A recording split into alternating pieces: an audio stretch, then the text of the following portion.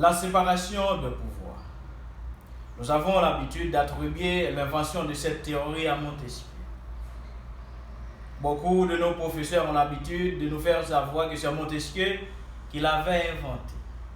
Et spécialement en droit constitutionnel, en procédure constitutionnelle, on nous a dit que cette théorie a été inventée par Montesquieu, a été initiée par Montesquieu. Mais je vais vous dire le contraire. Ce n'est pas Montesquieu qui l'avait inventé cette théorie. Aristote, dans sa politique, avait indiqué que dans tout le gouvernement, il existe trois pouvoirs essentiels. En premier lieu, il existe celui qui délibère les affaires de l'État, c'est le pouvoir législatif. En deuxième position, il existe celui qui comprend toutes les magistratures de l'État, ou du moins pouvoir constitué, c'est le pouvoir exécutif. Et en troisième position, il existe celui qui embrasse tous les offices de justice, ou du moins pouvoir juridictionnel, c'est le pouvoir judiciaire.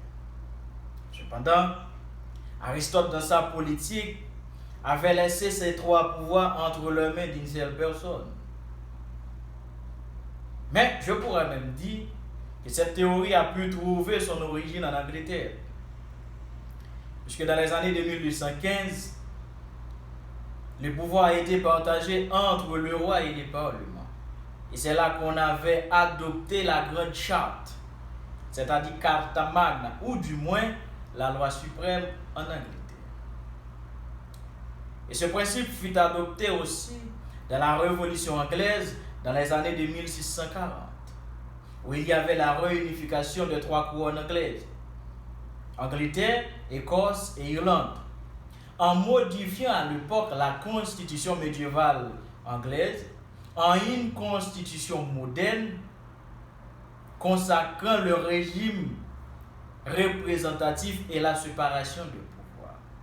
Et puis, ce principe fut adopté aussi dans la fameuse révolution Bill of Rights dans les années de 1689, dans la déclaration de droit, la liberté individuelle.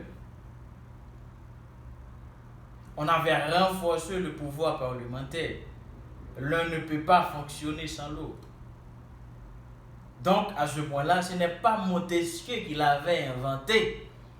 Montesquieu a donné sa part de contribution, mais l'invention n'est pas revient de Montesquieu. Et dans les années de 1690, dans l'essai sur le gouvernement civil de John Locke, il a traité cette question aussi.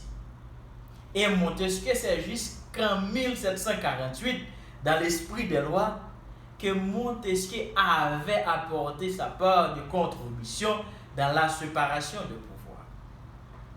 Voilà pourquoi on ne peut pas attribuer l'invention de cette théorie à Montesquieu. Mais réellement, Montesquieu avait contribué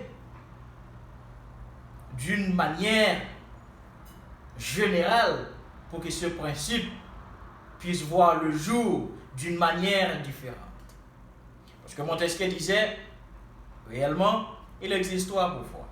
Le pouvoir exécutif, qui est dirigé par le président de la République, et le pouvoir judiciaire par le juge, et le pouvoir législatif, ce sont les parlementaires. Et Montesquieu va avancer pour dire, il y a un problème. Donc c'est à ce moment-là qu'il a relaté cette phrase. Le pouvoir arrête le pouvoir. Il faut qu'il y ait un contre-pouvoir. C'est-à-dire que le pouvoir exécutif ne peut pas juger, exécuter et légiférer en même temps. Le pouvoir législatif est là pour légiférer. Il y a des fonctions typiques et des fonctions atypiques, donc ce n'est pas le sujet pour le moment. Mais il faut qu'il y ait une sorte de contrôle sur tout le pouvoir. Donc, le pouvoir exécutif peut arrêter le pouvoir législatif et le pouvoir judiciaire peut arrêter le pouvoir législatif. Cependant, Montesquieu avait donné une suprématie, une supériorité à l'une de ces trois pouvoirs. Parce que Montesquieu disait, le pouvoir législatif, c'est le pionnier des pouvoirs. Parce que là, il existe la volonté générale. Parce que le pouvoir parlementaire, le Parlement, c'est la volonté du peuple. C'est le pouvoir du peuple. Donc c'est pour cela que Montesquieu avait donné une supériorité à le pouvoir législatif. Mesdames et messieurs, c'était votre ami Pierre-Éric Bonnet dans une courte réflexion. Si ça vous fait plaisir, vous pouvez abonner, partager et poser vos questions. À la prochaine.